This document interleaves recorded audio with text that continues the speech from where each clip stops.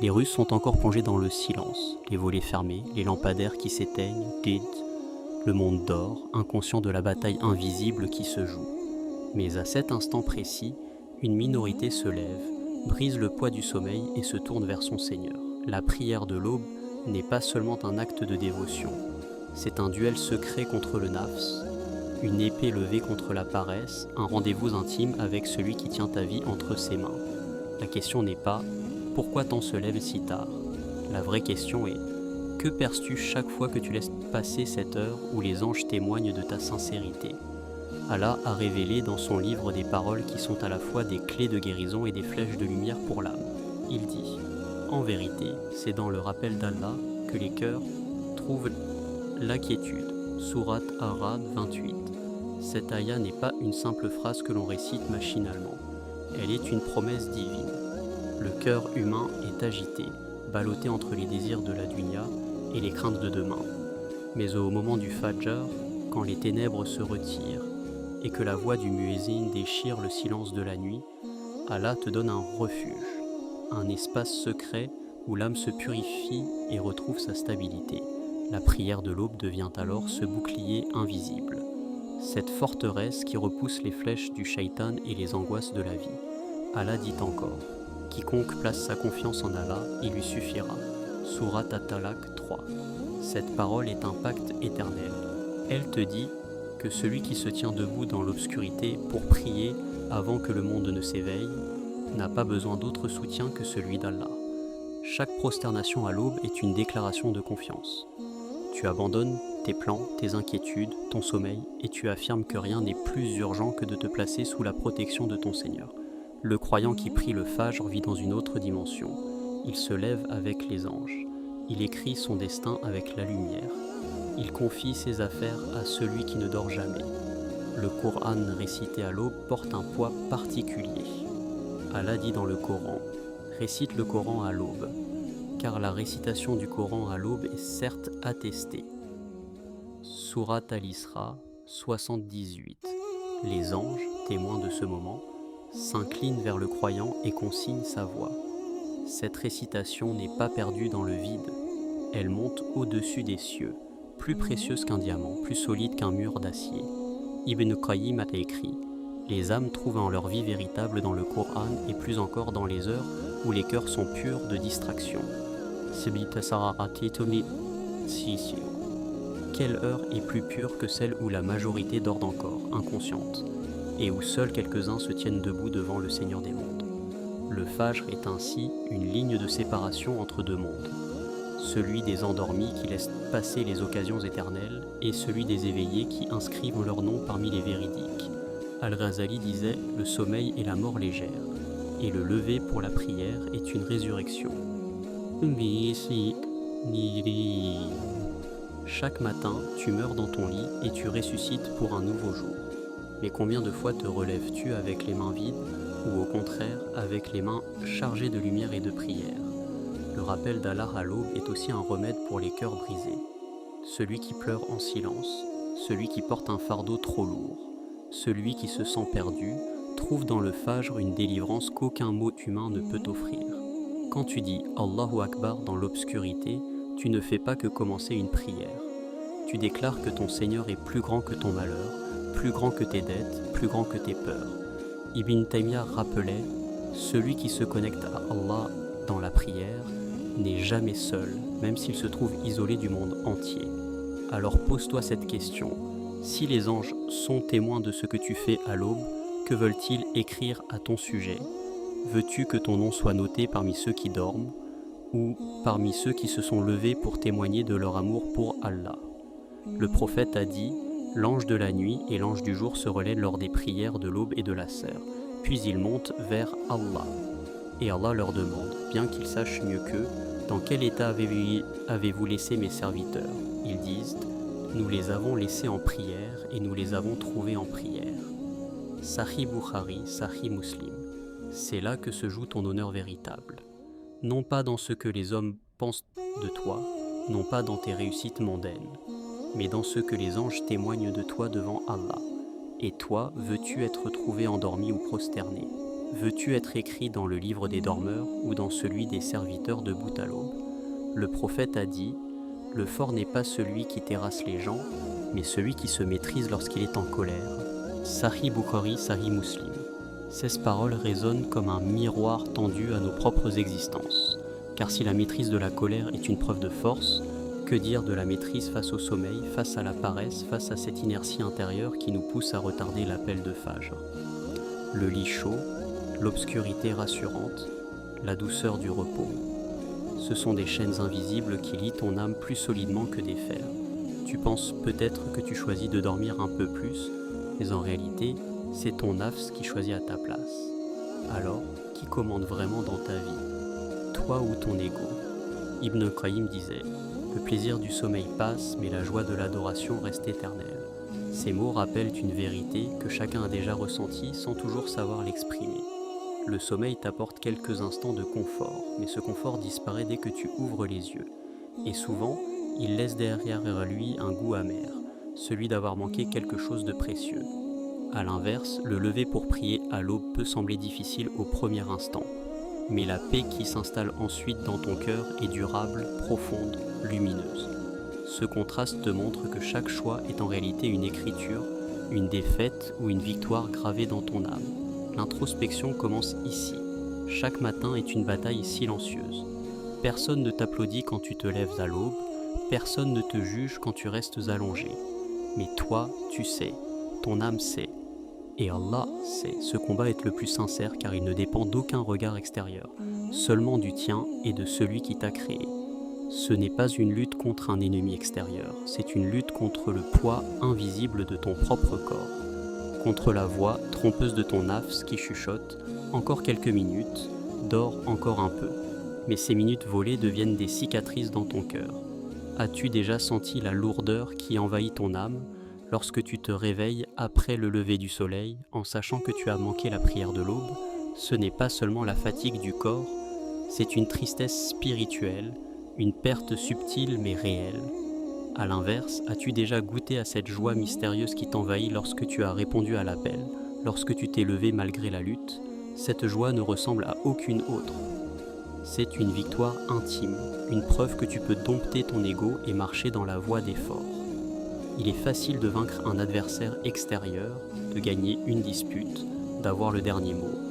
Mais il est infiniment plus difficile de vaincre cette bataille intérieure qui se joue dans le silence de ton âme.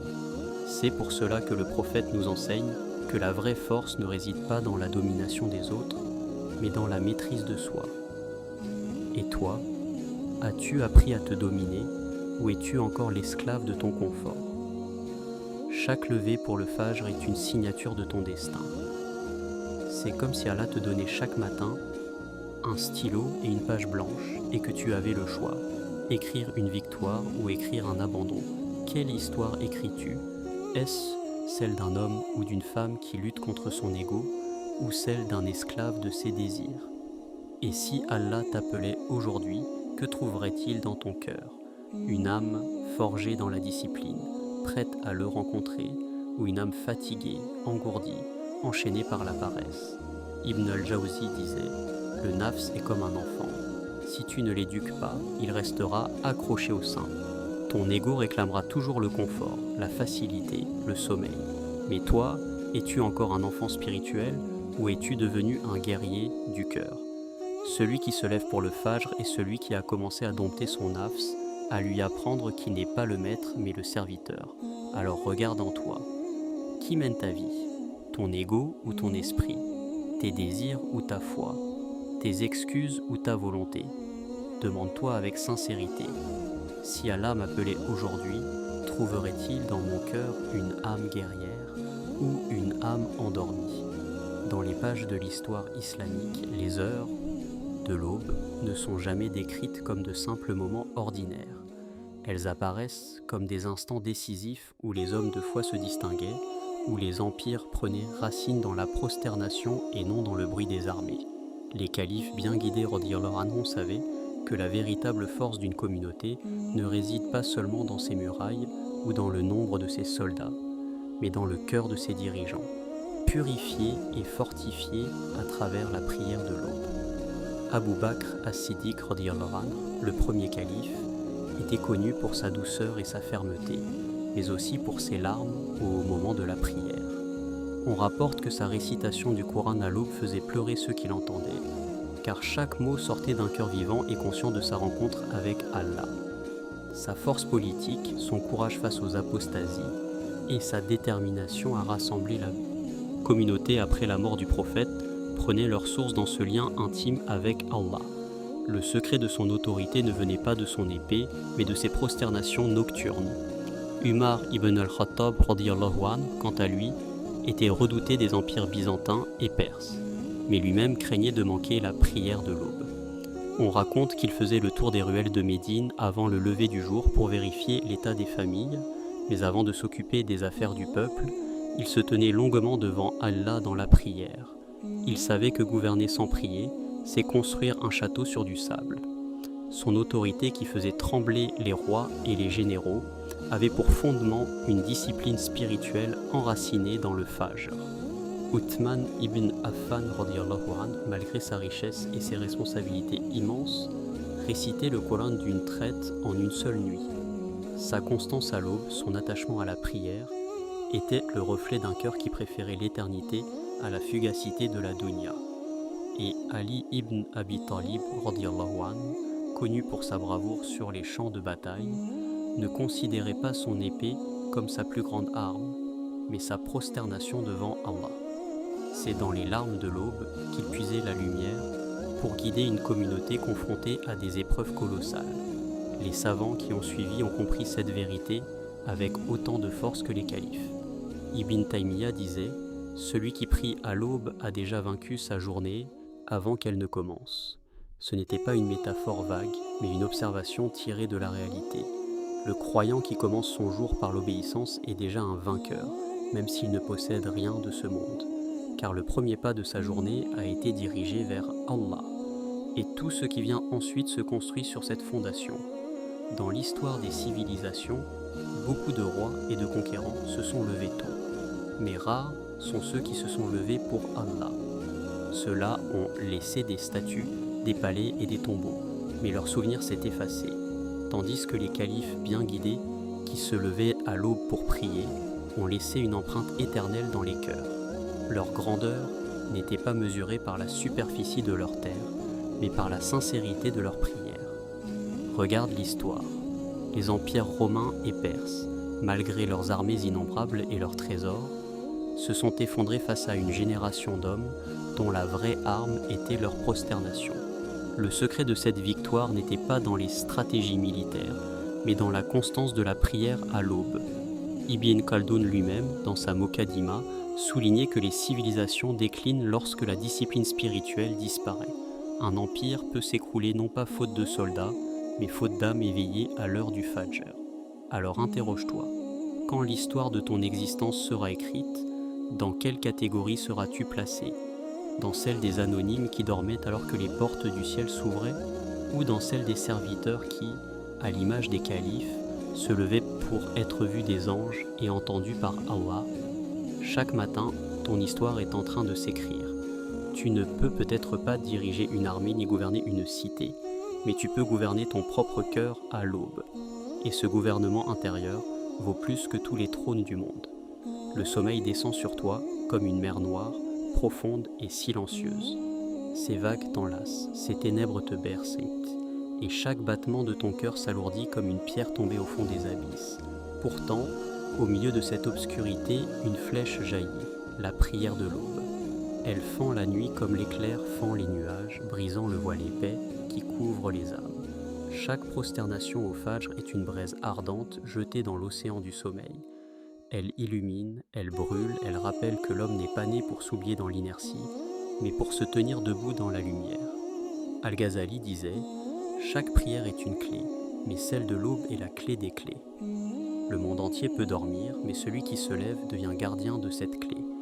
Elle ouvre la porte du jour, elle fait tourner la serrure de l'invisible. Comme l'aurore fend les ténèbres, la prière du Fajr fend le cœur, brise les chaînes invisibles, révèle la vérité cachée derrière le voile des habitudes. N'entends-tu pas le ciel se colorer d'or quand ton front touche la terre ? N'entends-tu pas les anges écrire ton nom quand tu prononces Allahu Akbar? La prière de l'aube est une armure invisible. Tu ne la vois pas, mais elle t'entoure. Elle recouvre tes faiblesses comme un manteau de fer. Le monde peut te frapper de ses tempêtes, il peut t'écraser sous le poids de ses épreuves. Mais celui qui a prié le Fajr porte en lui une résistance qu'aucun vent ne peut abattre. Le soleil peut tarder à se lever, mais son cœur brille déjà. Les hommes peuvent douter de lui, mais il se tient solide, comme une montagne enracinée. Regarde l'image, la nuit s'étire comme un voile sombre, mais à l'horizon, une ligne pâle surgit. C'est le Fajr. C'est le cri silencieux des croyants debout dans l'ombre. Ils ne sont pas nombreux, mais leur lumière est immense. Ils se tiennent là, faibles dans leur corps, mais puissants dans leur foi. Ils tremblent de froid, mais leurs âmes sont embrasées. Ils ne cherchent ni gloire ni reconnaissance, mais leur nom s'inscrit dans le livre de vie. Ibn Qayyim disait « La prière est le parfum des âmes. » Et quel parfum est plus pur que celui du Fajr, quand l'air est encore vierge, quand les rues sont désertes, quand le monde n'a pas encore commencé à s'agiter. La prosternation à cette heure devient comme une rose dans le désert, comme une étoile solitaire dans le ciel. Elle n'a pas besoin d'être vue des hommes, car elle est vue de celui qui voit tout. La fatigue, les excuses, les soupirs. Que valent-ils face au jour où les secrets seront révélés? Lorsque les balances seront dressées, que restera-t-il de tes paroles? Les « je suis fatigué », les « encore quelques minutes » ou tes prosternations, ta lutte silencieuse, ta fidélité au rendez-vous de l'aube. Chaque excuse se dissipera comme de la fumée, mais chaque prière restera comme un diamant incrusté dans ton destin.